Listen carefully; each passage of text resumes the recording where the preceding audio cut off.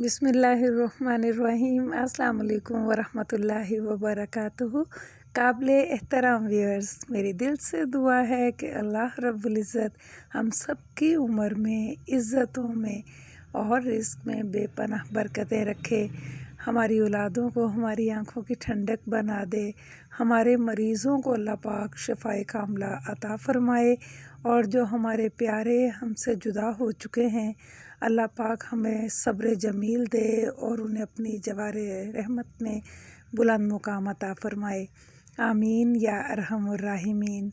आज आप लोगों के साथ बहुत ही डिलीशियस कुनाफा की बहुत इजी रेसिपी और बहुत ही आसान टेक्निक्स के साथ शेयर करूंगी। आपको फुल वीडियो देखने के बाद वाकई यकीन होगा कि मैंने बहुत आसान वे में आपको सिखाया है। तो चलें, आज हम कुनाफा की स्पेसिफ़िक सवैयों की बजाय फेनियों से बनाएंगे कुनाफा। और मैंने यहाँ 4 पीस लिए हैं और जो और चीज़ें जाएंगी उनमें बटर है और अनसॉल्टेड बटर है, साथ ही में यहाँ पर मोज़रेला चीज़ है और एक पैकेट मैंने यहाँ लिया है मिल्क का, फुल फैट मिल्क है। और इसके साथ ही अब हम सबसे पहले इन सवैयों को तैयार कर लेते हैं जो हमें इस ब्लेंडर में डाल के, अगर आप पहली टिप है कि इसमें अगर आप इसको करते हैं तो ये बहुत इजीली एक ही शेप में आपको बारीक मिल जाएंगी। तो इसमें आप अगर कर सकते हैं तो इस तरह कर लें, नहीं तो हाथों की मदद से भी आप इसे पीस सकते हैं। तो चलें, इन चारों ही जो पीसीस को मैं इसमें अभी एक पैन में डाल लूँगी और आपको दिखाती हूँ कि पैन में डाल लेने के बाद हम इसका नेक्स्ट प्रोसेस क्या करते हैं। तो यहाँ पर मैंने पहले 2 डाले हैं और जो बाकी 2 के तरफ मैंने इसको ग्राइंड कर लिया है और ये सारा ही डाल के, तो अब हम इसमें जो पहला इंग्रेडिएंट शामिल करेंगे जो कि इसको बहुत ही खुशबू भी देगा, क्रंची और क्रिस्पी टेस्ट भी लाएगा, वो है बटर।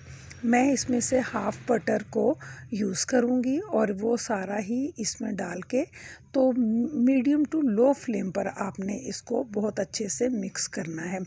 एक तो ये है कि फेनियों में ऑलरेडी घी होता है, लेकिन हमें इसमें बटर डालने से खुशबू भी हासिल होती है और क्रंची टोन भी हमें मिल जाएगी इससे। तो ये इसका प्रोसेस आप देख रहे हैं कि मैं इसको अच्छे से मिक्स कर रही हूँ।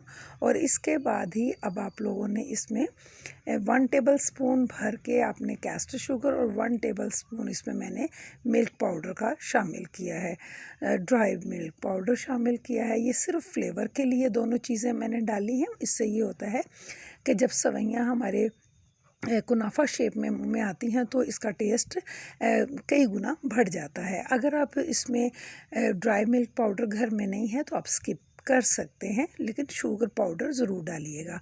हाफ़ ग्लास पानी एक पैन में ले लिया है।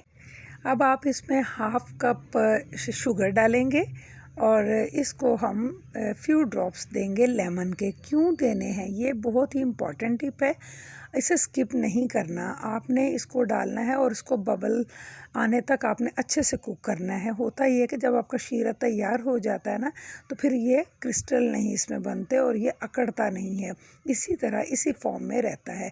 अब आप इसे किसी अलग बर्तन में निकाल लीजिए और आपका शीरा यहाँ पर बिल्कुल तैयार है। और इसी के साथ मैं यहाँ पर अब जो नया स्टेप लूँगी कुनाफा के लिए वो ये है कि जिस भी आपने बर्तन में कुनाफा को सेट करना है उसमें आपने बटर को अच्छे से ग्रीस करना है। ये हमारी थर्ड जो है ये टिप है और इस तैयारी को इसी तरीके से इन ऑर्डर कीजिएगा। बहुत जल्दी, बहुत ही जल्दी बन जाने वाली बहुत ही क्लासिक ये हमारी रेसिपी है और कुनाफा आप ज़रूर बनाइए। और इसके लिए सिर्फ ईद ही के लिए नहीं बल्कि आप किसी भी मौके पे इसे बना सकते हैं और अपनी फैमिली को खुश कर सकते हैं। तो यहाँ पर मैं हाफ़ सवैयों को बेस पे डालूँगी, लेकिन इसमें जो इस बात का आपको ख़ास ख्याल रखना है वो ये है कि आपको इसको थोड़ा सा प्रेस करना है। तो मैंने यहाँ पर पोटैटो मैशर की हेल्प ली है और इससे इसकी बेस सेट कर ली है। बिस्मिल्लाहिर्रहमानिर्रहीम। अब हम दूध का जो पैकेट आपको नज़र आ रहा है ये मैंने इस पैन में डाल दिया है और इसको फ्लेवर देने के लिए, इसको टेस्टी बनाने के लिए मैंने इसमें मिल्क पाउडर भी डाला है और कैस्टर शुगर भी डाली है। तो अब आपने क्या करना है कि इसको अभी मैंने फ्लेम चूँकि अभी ऑन ही की है, तो ये अभी ठंडा है, तो दोनों चीज़ें आसानी मिक्स हो जाएंगी। और अगर आप ऐसे करें कि पहले ही मिक्स कर लें और फिर फ्लेम ऑन करें तो वो भी ठीक रहेगा। तो हमने इन दोनों चीज़ों का एक एक चम्मच इसमें शामिल कर दिया है और चूँकि दूध थोड़ा है तो इतना ही इसके लिए फ्लेवर काफ़ी है। हमारे मेहमानों को आज की शुगर लेवल बिल्कुल जो है ना वो क्लासिक लगा, इसलिए अगर आप तेज़ लेना चाहते हैं तो फिर आप शीरे का इस्तेमाल बढ़ा दीजिएगा। यहाँ मैंने 2 चम्मच कॉर्नफ्लोर लेके उसे थोड़े से पानी में मिक्स करके रख लिया है और यहाँ मैंने मोज़रेला चीज़ का हाफ़ पैकेट यूज़ किया है और इसको भी अब हम उसमें शामिल करेंगे। लेकिन आप मेरे साथ बने रहें। अगर आपको आज की वीडियो अच्छी लगे तो इसे लाइक, शेयर एंड सब्सक्राइब कीजिए।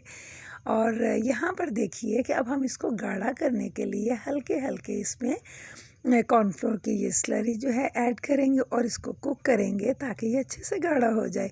और इसके साथ ही इसके गाढ़ापन को महसूस करते ही आपने इसमें चीज़ डालनी है और मुसलसल अपना स्पैचुला चलाते रहना है यहाँ तक कि आपकी जो मोज़रेला चीज़ है वो खूब अच्छे तरीके से मेल्ट हो जाए। और जब मैं इसे पोर करूँगी ना उन फेनियों के ऊपर, तो आप देखिएगा कि इसमें बिल्कुल भी जो मोज़रेला चीज़ है वो दिखाई ही नहीं दे रही। इतनी अच्छी आपने मिक्स करनी है।